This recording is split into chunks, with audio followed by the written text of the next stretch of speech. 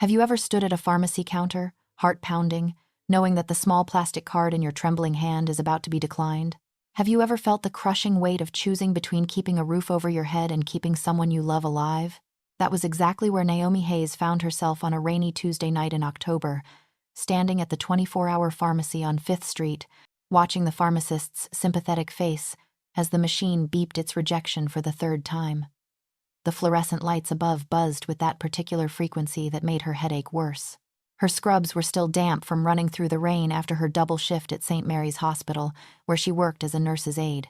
Her braids were pulled back in a tight bun, and she could feel water dripping down the back of her neck. But none of that mattered compared to the small orange prescription bottle sitting on the counter between her and the pharmacist, a middle-aged woman named Barbara, who had checked Naomi out at least a dozen times before. "I'm sorry, sweetie," Barbara said quietly, her voice barely audible over the hum of the refrigeration units. "Do you have another card you can try?" Naomi's fingers shook as she pulled out her debit card. This was the account where she kept money for rent. If she used it, she would be short on her apartment payment. Again. She had already been late twice this year, and her landlord had made it clear that one more time meant eviction. But her mother needed this medicine. The new heart medication that her insurance had decided to stop covering because they claimed there was a cheaper alternative. An alternative that made her mother's hands swell and her breathing labored. The machine beeped again. Declined. Insufficient funds. Naomi felt heat rise to her cheeks. Behind her, she could sense other customers waiting. A man clearing his throat. A woman shifting her weight impatiently. The pharmacy was, in a nice part of town, the kind of neighborhood where Naomi couldn't afford to live but had to visit because it was the only 24-hour pharmacy that carried her mother's specific medication. "I can," Naomi started, her voice cracking slightly. "Can I pay half now and half when I get paid on Friday?" Barbara's expression was genuinely apologetic. "I'm sorry, honey. Corporate policy. We can't release the prescription unless it's paid in full. But I can hold it for you until Friday if you want." Naomi closed her eyes. Friday was 4 days away. Her mother's current medication would run out tomorrow morning. 4 days without it could mean another hospital visit. Another bill they couldn't afford. Another step closer to losing everything. "I'll figure something out," Naomi whispered, gathering her rejected cards with numb fingers. She turned to leave, blinking back tears, when she heard a voice behind her. Deep, calm, with the faintest trace of an Italian accent that made each word sound deliberate and measured. "How much is it?" Naomi turned to find a man standing a few feet away. Tall, easily over 6 feet, with dark hair swept back from a face that looked like it had been carved from marble by someone who understood that beauty and danger could coexist in the same features. He wore a black suit that probably cost more than 3 months of her rent, tailored perfectly to broad shoulders and a lean frame. His eyes were the color of espresso, dark and intense, fixed on her with an attention that made her breath catch. "Excuse me?" Naomi managed. "The medication." He gestured toward the counter with one hand, the other resting casually in his pocket. "How much does she need?" Naomi's first instinct was to say it was none of his business. She had been raised by a mother who taught her never to accept handouts, to stand on her own 2 feet no matter how hard the ground beneath them became. But there was something in the way he asked, not with pity but with simple directness, that made her hesitate. $347, she heard herself say, and 62 cents.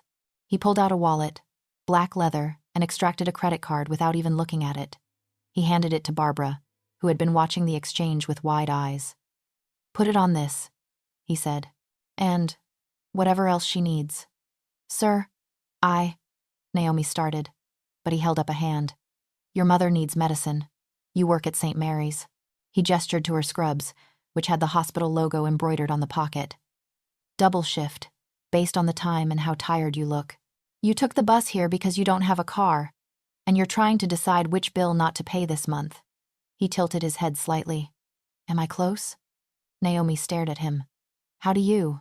"I pay attention," he said simply. "The card, Barbara." The pharmacist processed the payment in stunned silence. The machine approved it instantly with a cheerful beep that seemed absurdly loud in the quiet that had fallen over the pharmacy. Barbara bagged the medication, her hands moving automatically while her eyes kept darting between Naomi and the stranger. "Thank you," Naomi whispered, as Barbara handed her the bag. I'll pay you back. I promise. I can give you my number and I'll pay you back every week until— Take my card, the man interrupted.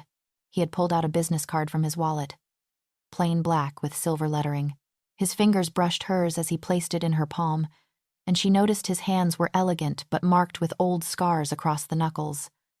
The kind of scars that came from fighting. The card read, Dante Moretti, followed by a phone number. No company name, no title, just his name and a way to reach him. You don't need to pay me back, he continued. But you do need a better job, one that pays enough to cover $300 prescriptions without choosing between medicine and rent. I have a job, Naomi said, a spark of defensive pride flaring in her chest. You have 2 jobs, Dante corrected. And you're still here at 11 o'clock at night unable to afford your mother's medication.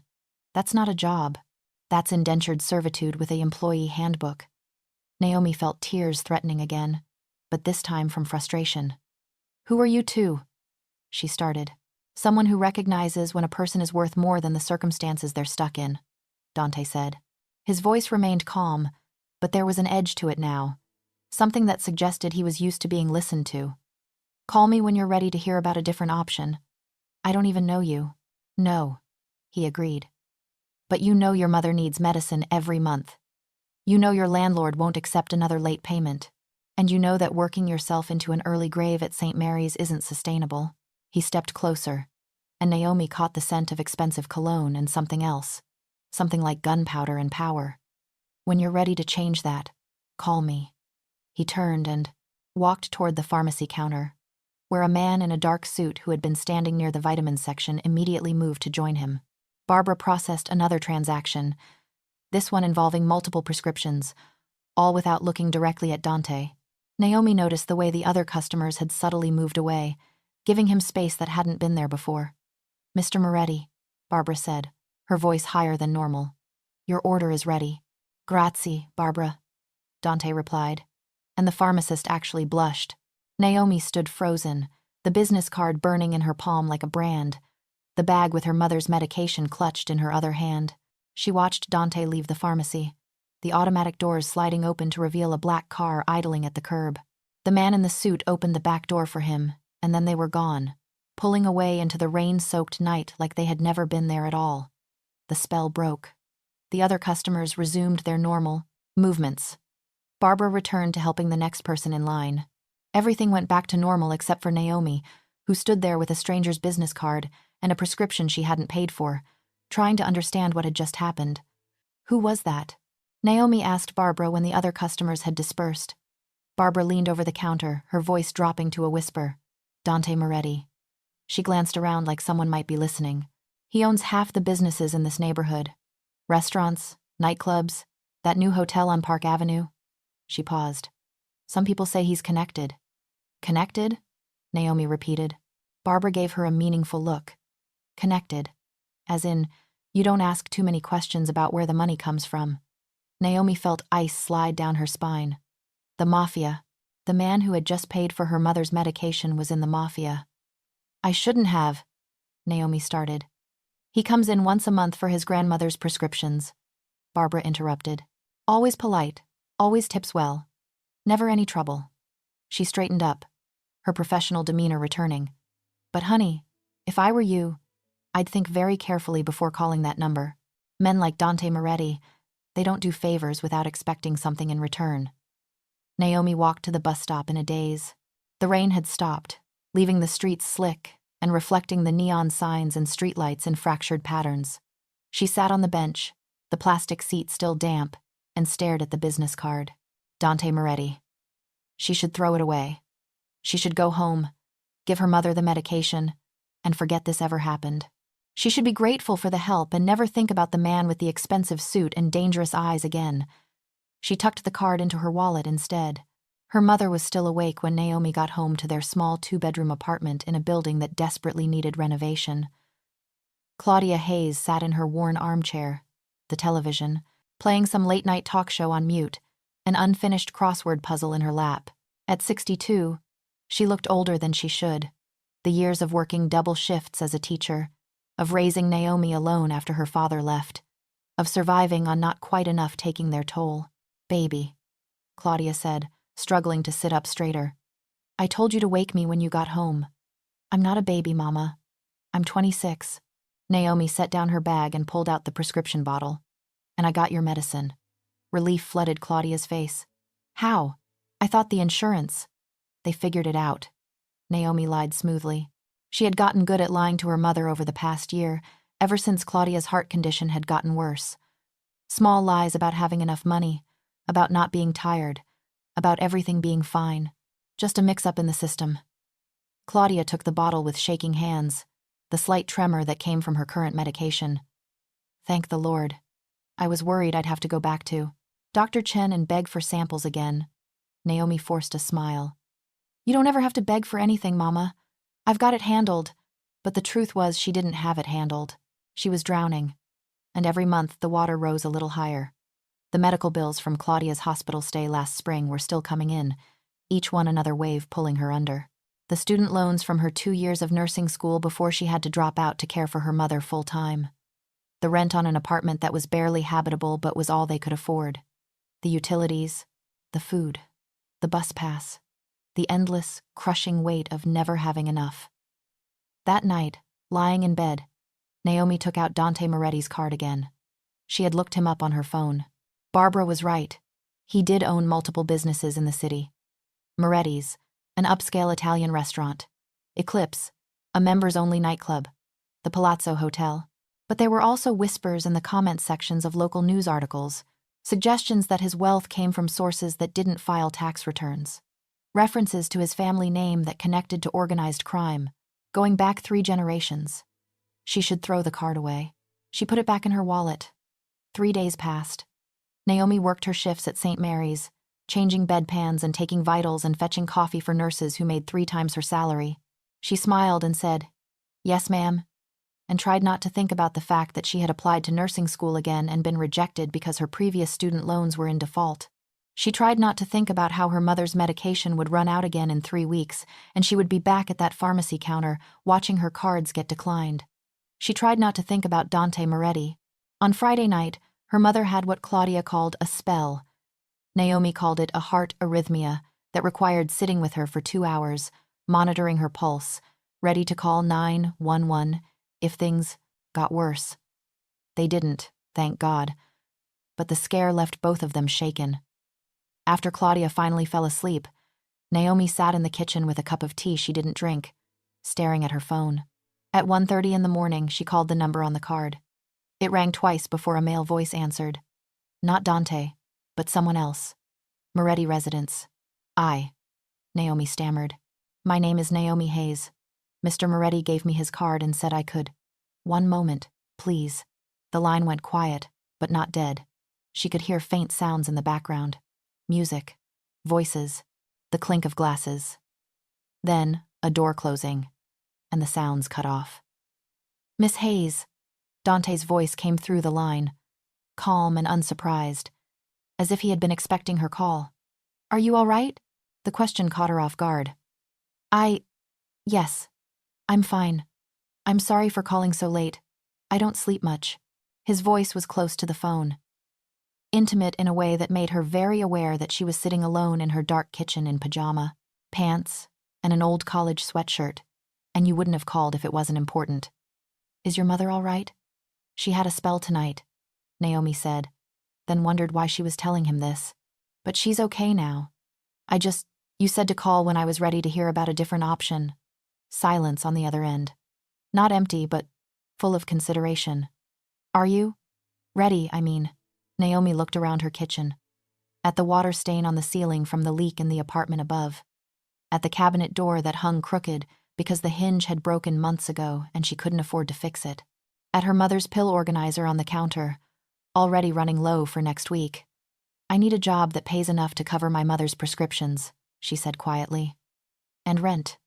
And food. And everything else. But I'm not. She took a breath. I need you to know that I'm not willing to do anything illegal or immoral or... I'm offering you a legitimate job, Miss Hayes. Dante interrupted, his voice carrying a hint of amusement. Though I appreciate you setting boundaries. Can you meet me tomorrow? 11 o'clock at Moretti's. The restaurant? Yes. Come hungry. We'll discuss the position over lunch. What position? Executive assistant, he said. To me. $45 an hour to start. Full benefits including health insurance that will cover your mother as a dependent. And before you ask, yes, it's legal. Yes, it's real. And yes, there's a reason I'm offering it to you. Why? Naomi whispered. Because you tried to pay for your mother's medication with 3 different cards before giving up, he said. Because you work double shifts at a hospital that pays you minimum wage. Because when I offered help, your first instinct was to promise to pay me back. He paused. Because I need someone who understands loyalty and desperation in equal measure. Someone who won't flinch when things get complicated. What kind of complicated? The kind where you'll need to sign a non-disclosure agreement. The kind where some of my business associates are not people you'll want to invite to Sunday dinner, but also the kind where you'll go home every night to your mother with enough money to pay for her medication without checking your bank balance first. Naomi's hand tightened on the phone. $45 an hour would change everything. That was nearly 6 times what she made now. That was health insurance. That was her mother never having to choose between medication and food again. That was them moving to an apartment where the heat worked properly in winter. That was accepting help from a man who probably had more blood on his hands than she wanted to know about. 11 o'clock tomorrow, she heard herself say. At Moretti's. Perfect. He paused. And Miss Hayes? Bring your mother. I have a feeling she'll want to meet the man offering her daughter a job. The line went dead before Naomi could respond. She sat in her kitchen until dawn, trying to convince herself she was making a rational decision and not a desperate one, trying to ignore the voice in her head that sounded suspiciously like her mother saying that desperation and rationality were rarely on speaking terms. Moretti's was the kind of restaurant Naomi had walked past 100 times but never imagined entering. Located in the historic district, it occupied the ground floor of a building that had been a bank in the 1920s and still retained the grand marble columns and vaulted ceilings. The windows were tall and arched, dressed with heavy curtains that suggested privacy and exclusivity. A discreet gold plaque beside the door bore the single word, Moretti's. Naomi and her mother stood on the sidewalk, both of them dressed in the nicest clothes they owned. For Naomi, that meant a navy dress she had bought for a job interview 2 years ago and had never found occasion to wear since. For Claudia, a burgundy blouse and black slacks that were a little loose now from the weight. She'd lost since getting sick. Baby, Claudia said quietly. Are you sure about this? No, Naomi admitted. But we're going in anyway. The door was opened by a young man in a crisp white shirt and black vest, who smiled like he had been waiting specifically for them. Miss Hayes? Please, come in. Mr. Moretti is expecting you. The interior of Moretti's was even more impressive than the outside. The dining room was intimate, perhaps 20 tables, each set with white linen and crystal that caught the light from the chandeliers overhead. The floor was the original marble, polished to a mirror shine. Art hung on the walls. Real art, not prints. And the scent. God. The scent of garlic and herbs and bread, baking somewhere nearby, made Naomi's stomach growl despite her nerves. But what struck her most was the quiet. It was the middle of lunch service, and the restaurant was full, but the conversations were subdued, respectful. This wasn't a place where people came to be seen. This was a place where people came to conduct business away from prying eyes. Dante was waiting for them at a corner table, partially secluded by a decorative screen that provided an illusion of privacy while still allowing him to see the entire room. He stood as they approached, and Naomi was struck again by how he seemed to occupy space differently than normal people, as if the air around him rearranged itself to accommodate his presence. He was dressed more casually than the night at the pharmacy, in a charcoal gray suit without a tie, his white shirt open at the collar. But there was nothing casual about the way he moved, extending his hand first to Claudia. Signora Hayes, he said, pronouncing it in the Italian way that made her mother's name sound elegant. I'm Dante Moretti. Thank you for joining me. Mr. Moretti, Claudia said, shaking his hand with a firmness that belied her illness. My daughter tells me you've offered her a job. I have. Please, sit. He held the chair for Claudia, then Naomi, before taking his own seat. I hope you're both hungry. My chef prepared a tasting menu. Mr. Moretti? Naomi started, but he raised a hand. Dante, please. And before we discuss business, we eat. It's a family rule. Never make important decisions on an empty stomach. As if on cue, a server appeared with 3 plates of antipasto. Prosciutto sliced so thin it was nearly translucent, draped over fresh mozzarella and ripe figs. Roasted peppers glistening with olive oil. Olives in 3 different varieties. Bread that was still warm from the oven. Claudia's eyes widened. This is too much. This is just the beginning, Dante said with a slight smile. Please. They ate. Naomi tried to pace herself, to maintain some semblance of dignity, but the food was extraordinary. Each dish was better than the last. Fresh pasta with a sauce that her mother declared was better than anything Naomi's Italian grandmother used to make, which was saying something. Chicken piccata, that was, tender enough to cut with a fork. Vegetables roasted with herbs Naomi couldn't identify, but that made her want to savor every bite. And through it all, Dante talked. Not about business, but about the restaurant. About his grandmother who had started it 60 years ago with recipes from her village in Sicily. About the chef who had trained in Rome and Florence before coming to work for the Moretti family. About the building's history as a bank that his grandfather had bought in the 1950s. He was charming, Naomi realized with some alarm. Genuinely charming. Telling stories that made her mother laugh. Asking Claudia about her own family history. Listening with what seemed like real interest when she talked about growing up in the South and moving north for teaching opportunities. Your daughter mentioned you taught for 30 years, Dante said as they finished their main course. 32, Claudia corrected with pride. 6th grade, English and history. That explains why. Naomi speaks so well. Dante glanced at Naomi. I noticed at the pharmacy. Very precise, very articulate. It's rare. Mama made me read the dictionary, Naomi said dryly. For fun. Education is never fun, Claudia said firmly. It's necessary. She fixed Dante with the same look she probably used on misbehaving students. Which brings us to why we're really here. You want to hire my daughter. I do. For what, exactly? To help me manage my legitimate business interests, Dante said without hesitation. I own several properties, multiple companies. I need someone to coordinate my schedule, handle correspondence, manage vendors, and generally keep me organized. His gaze moved to Naomi. Someone intelligent, discreet, and capable of learning quickly. Why Naomi? Claudia pressed. You could hire someone with experience, someone with references. I could, Dante agreed. But experience and references don't tell me about character. He leaned back in his chair. Your daughter stood in a pharmacy at 11 o'clock at night, tried 3 different cards to pay for your medication, and only accepted help when she had no other choice. When I offered charity, her first response was to promise to pay me back. That tells me more about her character than any resume. Claudia studied him for a long moment.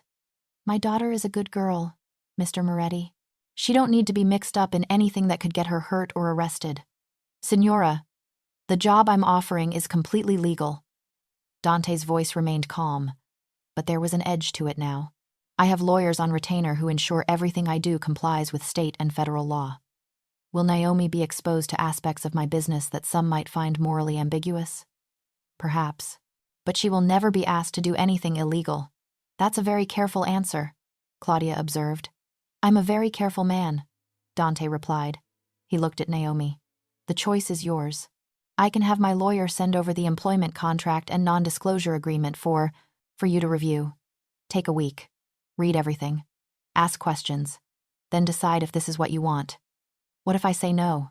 Naomi asked quietly. Then you say no. There's no obligation. The medication I paid for was a gift. Not a loan. You owe me nothing. Naomi felt her mother's hand find hers under the table, squeezing gently. It was the same gesture Claudia had used when Naomi was small and scared of the first day of school, of doctor's appointments, of everything new and unknown. What exactly would my schedule be? Naomi asked. 9 to 5, Monday through Friday, Dante said. Occasional evening events if I need someone to take notes at dinner meetings. Some travel if I visit other properties. But nothing that would prevent you from being home with your mother in the evenings. And the health insurance? Starts immediately. I'll have you added to my company plan by the end of the week. It covers pre-existing conditions, and the prescription copays are minimal. Naomi looked at her. Mother, who looked back with an expression that said, "This is your choice, baby. I trust you to make it." "Send me the contracts," Naomi said, turning back to Dante. "I'll read them and give you an answer by the end of the week." Dante's smile was slow and satisfied. "I'll have them sent to you today." He raised his glass of wine. To new beginnings. They toasted. Naomi sipped the wine, which was probably expensive based on how smooth it tasted, and tried to ignore the feeling that she had just made a deal with the devil. Except the devil probably didn't make his grandmother's gnocchi recipe, or ask her mother about her favorite students, or treat them both like they were honored guests, instead of people who had accepted charity from a billed stranger.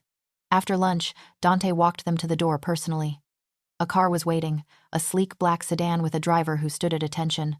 "Vincent will drive you home," Dante said. "It's not safe for Signora Hayes to take the bus after such a large meal." "That's not necessary," Claudia protested, but Dante was already opening the car door. "Please, Signora, allow me this."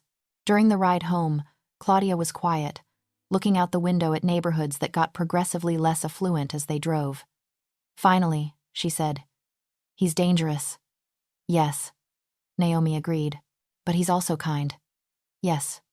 Those two things don't usually go together." "No, they don't." Claudia turned to look at her daughter. "Are you going to take the job?" Naomi thought about the pharmacy counter. About declined cards and impossible choices. About working until she collapsed and still never having enough. About her mother's medication running out in 3 weeks. "Yes," she said. "I think I am." The contracts arrived that afternoon via courier. 2 thick packets of legal documents that made Naomi's head spin. She spent the weekend reading them, highlighting sections she didn't understand, making notes in the margins. The employment contract was straightforward enough. $45 an hour. Health insurance. 2 weeks paid vacation after the first year. Retirement plan with employer matching. The non-disclosure agreement was more complex. It outlined in very specific terms what she could and could not discuss regarding Dante's business. It included penalties for breach of contract that made her stomach drop, but it also included a severance clause that guaranteed her 6 months of pay if she was let go for any reason other than criminal misconduct on her part. On Monday morning, she called the number Dante had given her. This time he answered directly. "Miss Hayes, it's Naomi, and yes, I'll take the job." "Excellent." He didn't sound surprised. "Can you start Monday?" "This Monday?" "Why wait? Your 2 weeks' notice at St. Mary's will be processed immediately if I make a phone call." Naomi felt a chill. "You have that kind of influence at my hospital?" "I donated the money for the new pediatric wing," Dante said simply. "The board takes my calls." He paused. "But I won't interfere unless you want me to. You can work your 2 weeks if you prefer." "No," Naomi heard herself say. "Monday is fine." "Perfect. Come to my office at 9. The address is in the paperwork. Vincent will pick you up. I can take the bus." "Vincent will pick you up," Dante repeated. And this time it wasn't a suggestion. "It's not safe for my assistant to take public transportation. My mother will also have access to Vincent as needed. Consider him your driver for medical appointments and shopping." He paused. "I take care of my people, Naomi. You work for me now. That means you're under my protection." The word protection hung in the air with all its implications. "Okay," Naomi said quietly. 9 o'clock Monday. The following week transformed Naomi's life in ways she couldn't have anticipated. She arrived at Dante's office, located on the top floor of the Palazzo Hotel, to find a space that was somehow both opulent and functional. Floor-to-ceiling windows overlooked the city. Modern furniture in blacks and grays. Art that was definitely original. And in the center of it all, a desk that was currently covered in papers, files, and what appeared to be organized chaos. "Your predecessor retired suddenly," Dante explained, gesturing at the mess. "She was 72 and decided last week that Florida was more appealing than another winter here. So we're starting from scratch." "What exactly did she do?" "Everything," Dante said with a slight smile. "My schedule, correspondence, vendor management, event planning, travel arrangements." He walked to the windows, hands in his pockets. "I run several businesses. They all require coordination. I need someone who can keep track of all the moving pieces and make sure nothing falls through the cracks." Over the next few days, Naomi learned exactly what that meant. Dante owned Moretti's. 2 other restaurants, Eclipse nightclub, the Palazzo Hotel, a construction company, and what he vaguely referred to as import-export interests. Each business generated dozens of emails, phone calls, and decisions daily. Her job was to filter what needed his direct attention and handle everything else. The restaurants alone required constant coordination: menu approvals, chef conflicts, supply chain issues, customer complaints that needed delicate handling. Then there was the hotel with its endless stream of VIP guests who expected perfection, maintenance issues that arose at inconvenient times, and staff scheduling that resembled a complex puzzle. The nightclub brought its own challenges with licensing requirements, security concerns, and the delicate balance of exclusivity that made Eclipse one of the most sought-after venues in the city. It was overwhelming at first. The sheer volume of information, the names she needed to remember, the subtle hierarchies of who got their calls returned immediately and who could wait. But Naomi had spent years managing her mother's complex medical care while working multiple jobs. Organization under pressure was something she understood intimately. By the end of the first week, she had implemented a new filing system, consolidated Dante's 3 different calendars into one master schedule, and renegotiated contracts with 2 vendors who had been overcharging. "You're good at this," Dante observed Friday afternoon, reviewing the vendor contracts she had restructured. "I'm good at making things make sense," Naomi corrected. This was just chaos pretending to be organization. His smile was genuine. Most people don't see the difference. Working for Dante was unlike any job Naomi had ever had. He was demanding but not unreasonable. He explained what he needed and trusted her to figure out how to deliver it. He listened when she had suggestions. And he never, not once, treated her like she was less than him despite the obvious disparity in their positions. But there were also moments that reminded her exactly who she was working for. Like the afternoon when 2 men in expensive suits arrived for a meeting without an appointment. Naomi stopped them at her desk, polite but firm. "Mr. Moretti doesn't see anyone without a scheduled appointment." The older of the 2 men, silver-haired and cold-eyed, looked at her like she was an insect. "Tell him Marco DeLuca is here. He'll see us." Naomi held his gaze. "I'm sure he would. If you had an appointment." She smiled, all professional courtesy. "I'm happy to schedule something for next week." DeLuca's expression darkened. "Do you know who I am? I know you're someone who doesn't have an appointment. Now, if you'd like to." The door to Dante's office opened. He stood in the doorway, his expression unreadable. "Marco, to what do I owe this unexpected visit?" "We need to talk," DeLuca said, his tone suggesting it wasn't a request. Dante's gaze flickered to Naomi. "Hold my calls." Then to DeLuca. 5 minutes. After they disappeared into the office, the younger man who had accompanied DeLuca looked at Naomi with something like respect. "You got balls," turning away Marco DeLuca. "I've got a job to do," Naomi replied evenly. "And it doesn't include letting people intimidate me into breaking the rules." The meeting lasted 20 minutes. Naomi couldn't hear what was being said through the thick office door, but when DeLuca emerged, his expression was thunderous. The younger man followed quickly, neither of them looking at Naomi as they left. Dante appeared in his doorway.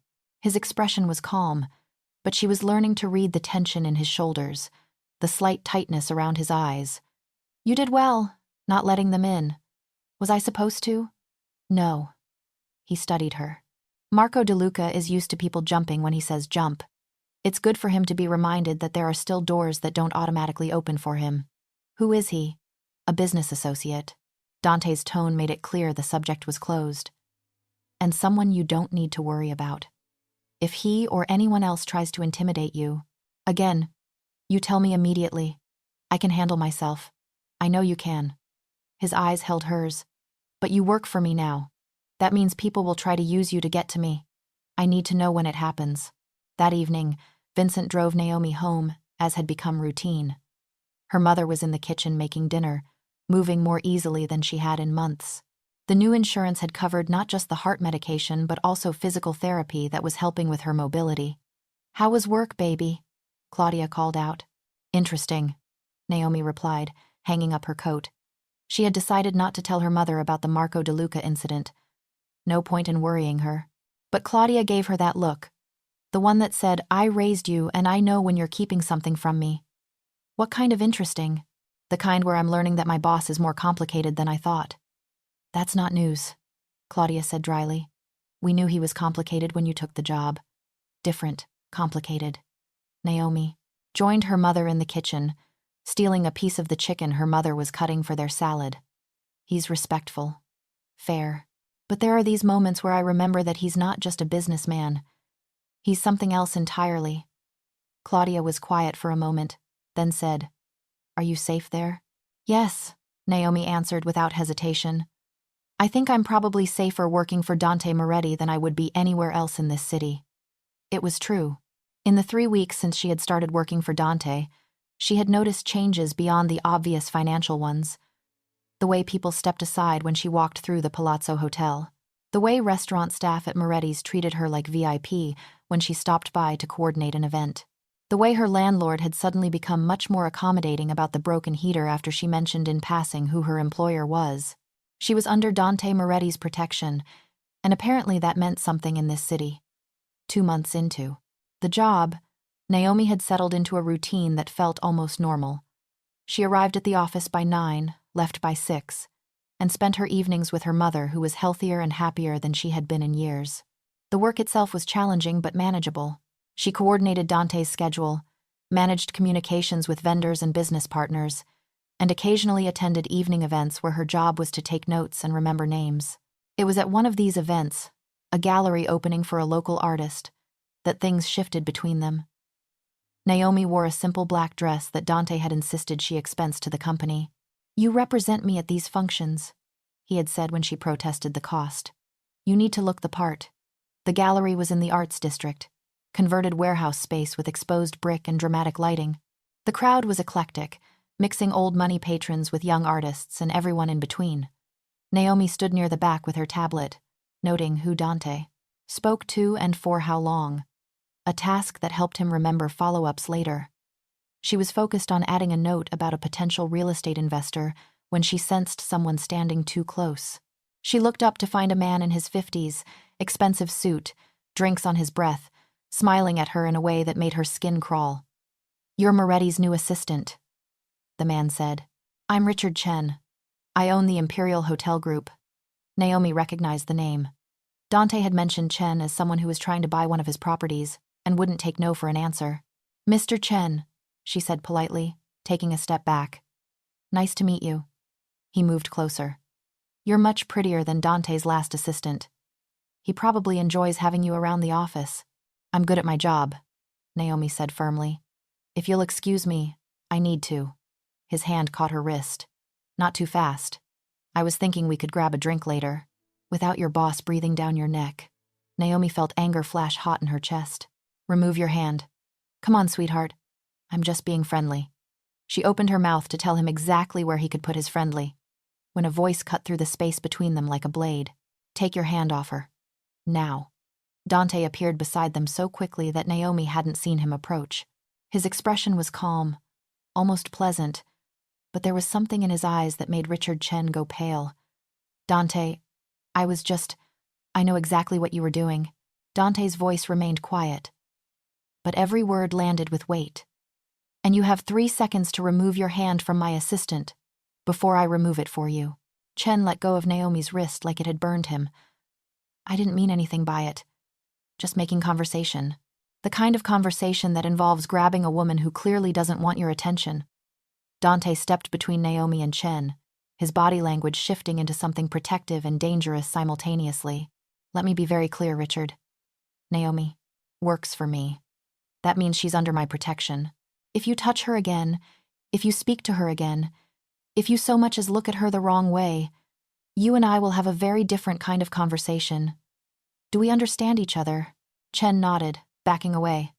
Yes, we understand. Good. Now get out. People were staring now, the gallery having gone quiet around them. Chen left quickly, nearly tripping in his haste to reach the door. Dante turned to Naomi, his expression softening immediately. Are you all right? Did he hurt you? I'm fine, Naomi managed, though her hands were shaking slightly. Just startled. Dante's jaw tightened. That's not acceptable. He looked at her wrist where Chen had grabbed her, a faint red mark visible on her dark skin. Vincent. The driver appeared as if summoned. "Take Miss Hayes home. Now. I can finish." "You're done for tonight," Dante said, his tone brooking no argument. "Go home. Take tomorrow off if you need it." "I don't need tomorrow off," Naomi protested. "I'm fine. Really." His expression said he didn't believe her, but he nodded. "Then go home and get some rest. We'll talk Monday." In the car, Vincent met her eyes in the rearview mirror. "Boss doesn't like people messing with his people." "I noticed," Naomi said dryly. "No, you don't understand." Vincent's voice was serious. "Boss protects what's his, and you're his now. That means anyone who comes at you comes at him. That's how this works." "I'm not his," Naomi said. "I work for him." "There's a difference." Vincent just smiled and kept driving. But the incident changed something between her and Dante.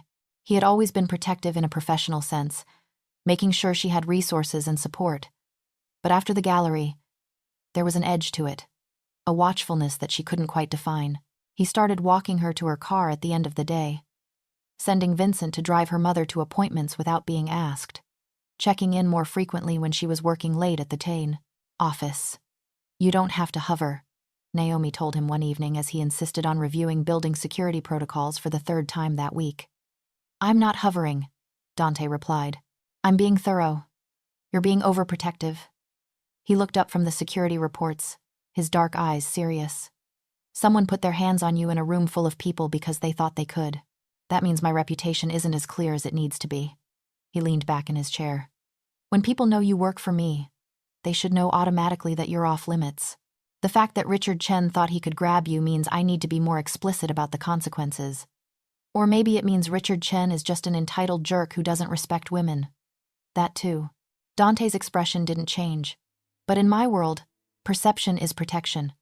If people perceive that touching you will result in serious consequences, they don't touch you. So I need them to perceive that very clearly. By doing what? By making examples when necessary," Dante said simply. "Richard Chen's hotel financing just fell through. All 4 of his investors pulled out this week. He'll figure out why eventually." Naomi stared at him. "You did that because he grabbed my wrist? I did that because he disrespected you and, by extension, me." Dante stood, moving to the window that overlooked the city.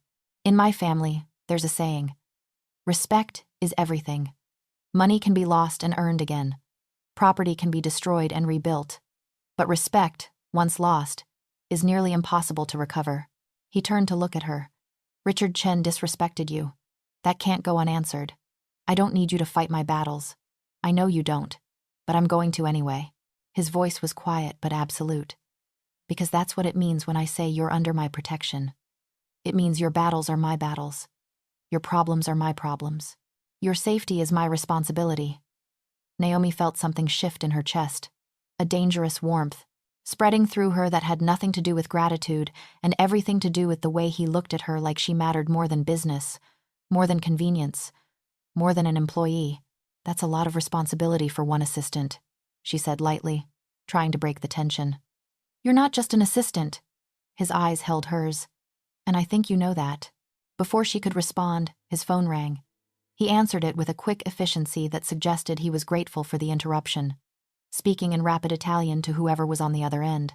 Naomi used the moment to gather her things, suddenly needing to be anywhere but in this office with this man who was becoming far too important to her in far too many ways. She was at the door when he called her name. "Naomi." She turned. "Be careful," he said quietly. "The people in my world, they're not all like me. Some of them see kindness as weakness, loyalty as a commodity to be bought and sold. If anyone makes you uncomfortable, if anyone threatens you, you tell me immediately. Capiche? I understand. Good." His smile was slight but genuine. "Now go home to your mother. Vincent is waiting downstairs."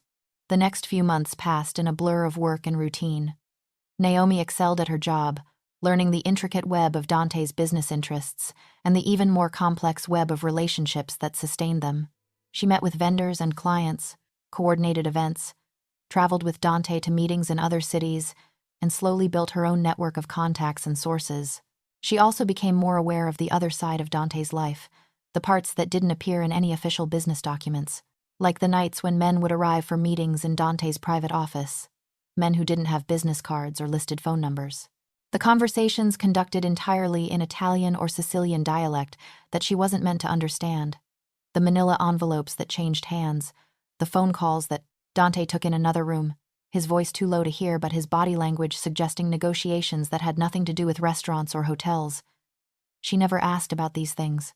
The non-disclosure agreement was very specific about not inquiring into aspects of Dante's business that he didn't explicitly involve her in. But she wasn't naive. She knew what the whispers meant, knew why some people treated Dante with a deference that went beyond normal business respect. Her boss was Dante Moretti, legitimate businessman and restaurateur. He was also Dante Moretti, the man who controlled a significant portion of the city's underground economy, the one whose family name carried weight that had nothing to do with money and everything to do with power and fear and loyalty enforced through means she chose not to think too carefully about. She should have been afraid, should have quit and gone back to her minimum wage jobs and declined credit cards, should have put distance between herself and the dangerous world she had entered. But her mother's medication arrived on time every month now, fully covered by insurance. Their new apartment, twice the size of the old one and in a building with working heat and no water stains, felt like a palace. Claudia was healthier than she had been in 5 years, able to volunteer at the library and take walks without getting winded. And Dante, dangerous Dante with his dark eyes and careful hands, treated Naomi like she was valuable. Not as an employee, though she was excellent at her job. Not as a possession, though she was under his protection, but as a person whose thoughts mattered, whose boundaries were respected, whose presence in his life was something he chose to prioritize even when it complicated things. Like the night they worked late on a contract negotiation, the office empty except for them, and she fell asleep on his office couch reviewing documents. She woke to find him draping his suit jacket over her like a blanket, his movements careful not to wake her. Their eyes met in the dim light from his desk lamp. "Sorry," Naomi mumbled, sitting up. "I didn't mean to fall asleep. You've been here since 7 this morning." Dante sat on the edge of his desk, his shirt sleeves rolled up, tie long since discarded. "You're allowed to be tired. We need to finish the contracts. The contracts can wait." He studied her with an expression she couldn't quite read. "You work too hard," says the man who was here before me, and will probably be here after I leave. "That's different. I don't have someone at home who needs me." His voice was quiet. "You do. Go home to your mother, Naomi. Get some sleep." She should have left. Should have called Vincent and gone home. Instead, she heard herself ask, "Don't you have anyone who needs you?" Dante was quiet for a long moment. "No," he finally said. "Not in the way you mean. My grandmother passed last year. No siblings. My parents died when I was young. There's the family. Of course, the business. People who depend on me for their livelihoods. But someone who needs me just to need me? No." The loneliness in his voice made something ache in Naomi's chest. That sounds exhausting. Being needed by everyone but connected to no one. It's the life I chose. He met her eyes. Or maybe the life that chose me. Hard to tell the difference anymore. "You could choose differently. Could I?" His smile was bitter. "I'm a Moretti, Naomi. That comes with expectations. Obligations. Enemies who would use anyone I cared about as leverage against me." He stood, moving to the window. It's easier to keep people at a distance. Safer for everyone involved. Naomi knew she should let it go. Knew she was crossing a line from professional to personal that would complicate everything. But she was tired. And he was there. And the vulnerability in his voice made her brave. "Is that why you're alone up here every night? Because it's safer?" Dante turned from the window. His expression was carefully neutral, but something flickered in his eyes. "Yes. That's not living, Dante. That's just surviving. Maybe survival is enough." "Is it?" She stood, moved closer. "Because from where I'm standing, it looks like you've built an empire but forgotten to build a life." The air between them felt charged, dangerous in a completely different way than anything else in Dante's world. He looked at her like he was considering crossing a line he had drawn for himself, weighing the cost against the benefit. "You should go home," he said finally, his voice rough, "before I do something that complicates both our lives." Naomi's heart was pounding. "What if I don't want to go?" "Naomi," it was almost a plea, You don't understand what you're asking for. I understand more than you think. She held his gaze. I'm not naive, Dante. I know who you are, what you are. I've known since the night in the pharmacy, and I'm still here. Because you needed the job. At first, she admitted. But not anymore. I'm good at what I do. I could find another position that pays almost as well without any of the complications. She took a breath. I stay because I choose to. Because working with you doesn't feel like working for you. Because you treat me like an equal, even though we both know I'm not. Because, she hesitated. Because when you look at me, I feel seen in a way I never have before. Dante's control cracked. He closed the distance between them in 2 strides, his hands cupping her face with a gentleness that contradicted every dangerous thing about him. I can't promise you safety, he said quietly, his forehead resting against hers. People will try to use you against me. My enemies will see you as a weakness. Your life will become more complicated than you can imagine. I know. I can't promise you normal. No white picket fence. No ordinary future. I know that too. But I can promise you this. His voice was fierce now. Absolute. While you're with me, while you're mine, no one touches you. No one threatens you. No one makes you choose between medications and rent ever again. You and your mother, you'll never want for anything. I'll protect you with everything I have, even if it costs me everything. Naomi's hands found his chest, feeling his heartbeat steady and strong beneath her palms. That's a lot of promises, Dante Moretti. I don't make promises I can't keep. His thumb brushed across her cheek. So I need you to be sure, Naomi. Because once we cross this line, there's no going back. You'll be mine, and I don't give up what's mine. She should have been afraid of the possessiveness in his voice, the absolute certainty that she would belong to him. But instead, she felt something like relief, like recognition, like coming home after a lifetime of wandering. Then stop talking, she whispered, and kiss me. He did. The kiss was nothing like she had imagined, and everything she had secretly wanted. There was no hesitation, no gentle exploration. This was hunger and claim, and the recognition of something that had been building between them for months. His hands were in her hair, pulling her closer. Her arms wrapped around his neck, feeling the solid strength of him against her.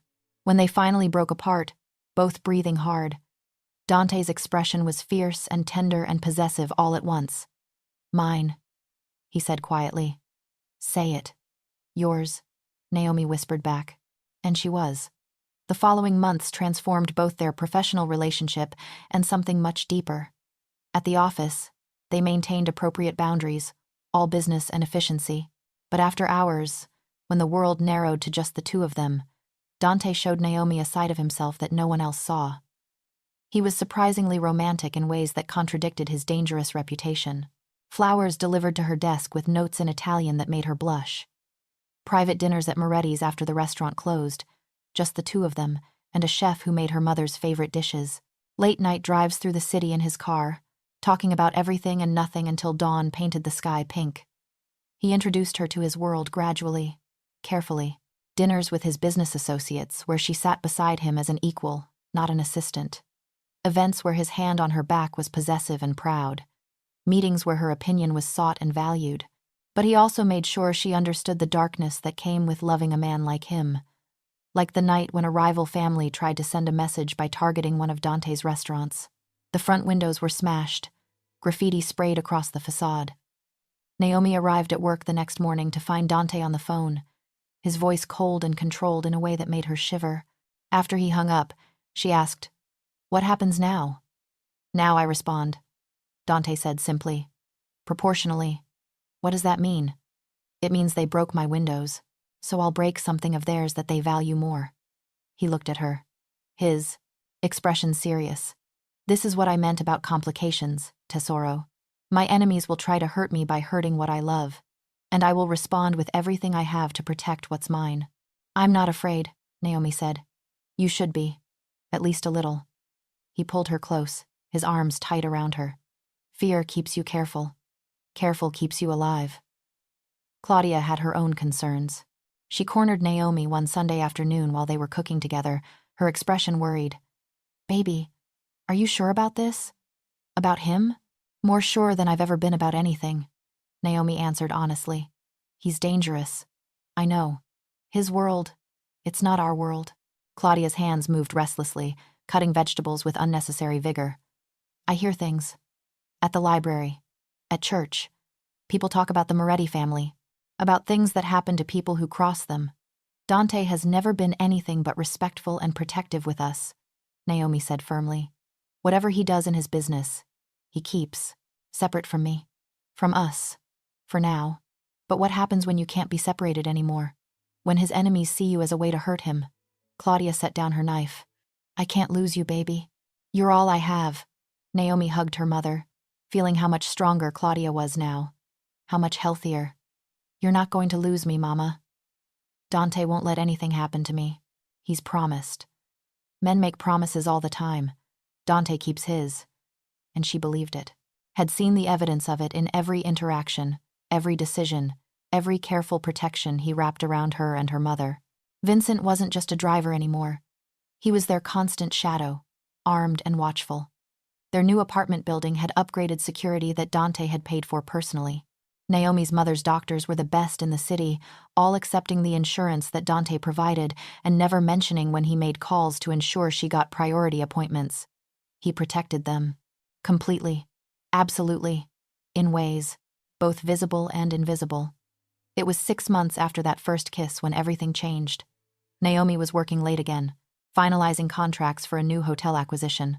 Dante was in a meeting downstairs with associates from New York, something important enough that she hadn't been invited to attend.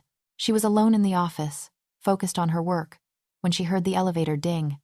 She looked up, expecting to see Dante returning early. Instead, 3 men she didn't recognize stepped out. They were well-dressed, expensive suits and designer shoes, but there was something predatory about them that made every instinct Naomi had scream danger. "Can I help you?" she asked, her hand moving subtly toward the panic button Dante had installed under her desk.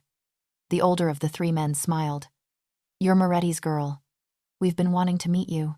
"Mr. Moretti is in a meeting," Naomi said, her voice steady despite her racing heart. "If you have business with him, I can schedule an appointment." "We don't need an appointment." The man moved closer. "We're old friends of the family. I'm sure Dante would want us to wait in his office." "I'm sure he wouldn't." Naomi's finger found the panic button. "You need to leave." The man's smile widened. "Or what? You'll call security?" "Sweetheart, we own security in this building." Naomi pressed the button. Nothing happened. No alarm. No flashing lights. Just silence. The man's smile grew cruel. "Like I said, we own security." Terror spiked through Naomi's chest, but she forced herself to remain calm. "What do you want?" "To send Dante a message." The man nodded to his associates. "Bring her." The 2 younger men moved toward Naomi.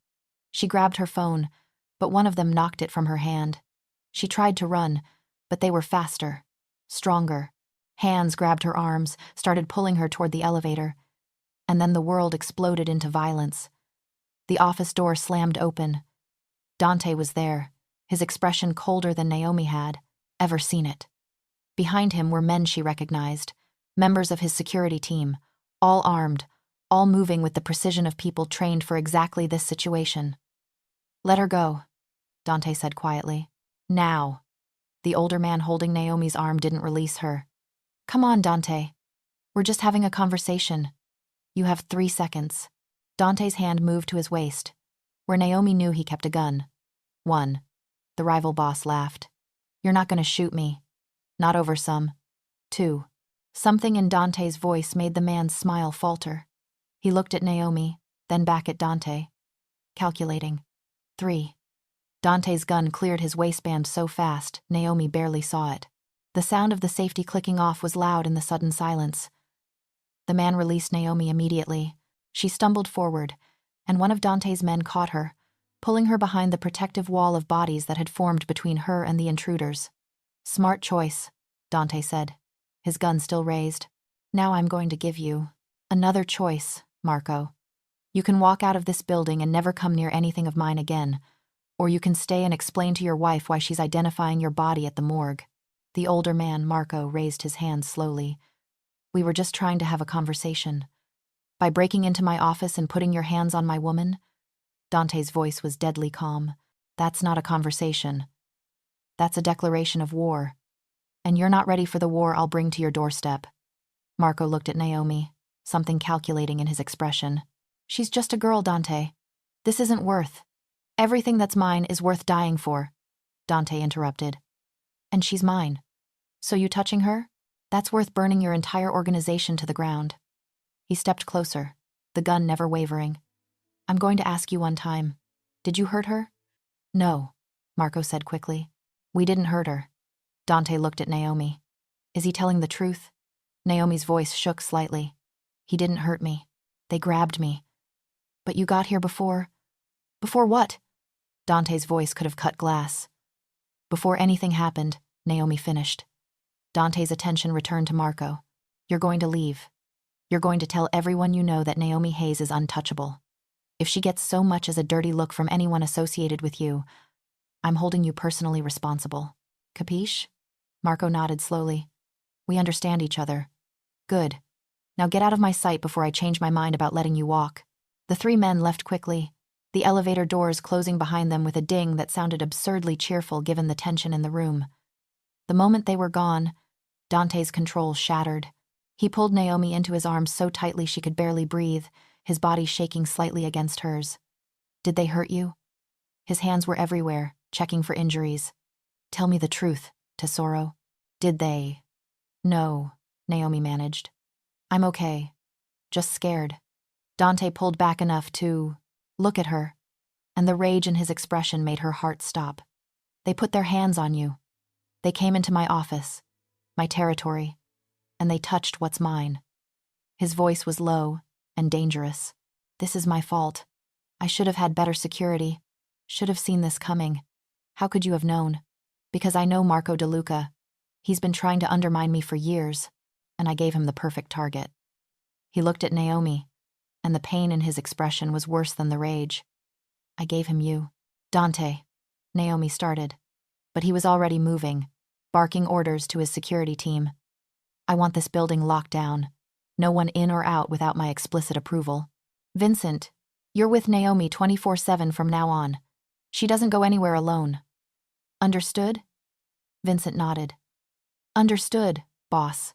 And someone find out how Marco's men got past building security. I want names. The security team scattered to follow orders, leaving Naomi and Dante alone in the office. He stood by, the windows, his back to her, tension radiating from every line of his body. This is what I was trying to protect you from, he said quietly. This is why I tried to keep my distance. Because the moment my enemies know I care about you, you become a weapon they can use against me. Naomi moved to stand beside him. I'm not leaving you because of this. You should. His reflection in the window looked haunted. You should walk away. Find a normal man with a normal life. Someone whose enemies won't break into offices and put their hands on you. I don't want normal. Naomi touched his arm. I want you. All of you. Even the dangerous parts. Even the parts that come with enemies and complications and men like Marco De Luca. Dante turned to look at her. You could have been hurt. Killed. Used against me. But I wasn't. You got there in time. What if next time I don't? His hands framed her face. What if next time they hurt you to get to me? I wouldn't survive that, Naomi. Losing you would destroy me in ways my enemies could only dream of. Then we make sure there is no next time, Naomi said firmly. We're smarter, more careful. We protect each other. I should never have pulled you into this world. You didn't pull me anywhere. Naomi held his gaze. I walked in with my eyes open. I knew who you were from the beginning. I chose this. I choose you. Dante kissed her then, fierce and desperate and claiming. When they finally broke apart, his forehead rested against hers. Mine, he whispered. Yours, she whispered back. The next few weeks were tense. Dante increased security to levels that felt suffocating. Naomi couldn't go anywhere without Vincent or one of the other guards. Her mother's apartment building was given enhanced security. Even Claudia's route to the library was monitored. But gradually, the threat level decreased. Marco De Luca and his organization, it seemed, had gotten the message. There were no more incidents, no more unexpected visits. The precautions remained, but the immediate danger passed. Life settled into a new normal. Naomi continued working as Dante's assistant, though now everyone in his organization understood that she was more than that. She was his, and in Dante's world, that meant she was protected, respected, and valued in ways that transcended any job title. Her relationship with Dante deepened. He was still careful, still protective, but there was a tenderness to him in private that made her fall more in love with him every day. He learned her favorite foods and her mother's favorite flowers. He made sure she had time to visit with friends even when work was busy. He supported her when she decided to go back to school part-time, working toward the nursing degree she had abandoned years ago. And slowly, carefully, he led her into the parts of his life he kept most private.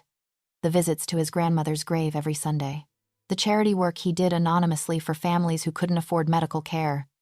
The way he mentored young men from the neighborhood, giving them jobs and opportunities that kept them from falling into the same dangerous world that had claimed so many. He was complicated and dangerous and sometimes ruthless, but he was also kind and loyal and protective, and he loved her with an intensity that sometimes took her breath away. A year after that night in the pharmacy, Naomi stood in the same location with her mother, picking up the monthly prescription that was now fully covered by insurance, paid for by a job that had transformed both their lives. "You know," Claudia said as they left the pharmacy, "I never thought I'd say this, but I'm glad your card got declined that night." Naomi laughed. "Me too, Mama. Me too." Her phone buzzed with a text from Dante. "Dinner at Moretti's tonight? I have something to ask you." Naomi smiled, typing back. "What kind of something?" "The kind that requires your mother's permission first," Dante replied. "I'm having Vincent pick her up at 6. Where? Something nice." Naomi's heart started racing. "Are you? Come to dinner and find out. Tesoro. Ti amo." "Ti amo," Naomi texted back, the Italian phrase he had taught her. "I love you." At dinner that night, with her mother as witness and his entire restaurant staff pretending not to watch, Dante Moretti got down on one knee and asked Naomi Hayes to marry him. The ring was beautiful, a sapphire surrounded by diamonds, but it was his words that made her cry. "You saved me," he said quietly. "The night I saw you at that pharmacy, trying so hard to be strong for your mother, refusing to give up even when you had every reason to, I saw someone worth protecting, worth knowing, worth loving. And every day since then, you've proven me right. You've made me want to be better than I am, gentler, more hopeful, more alive." He took her hand. "I can't promise you easy.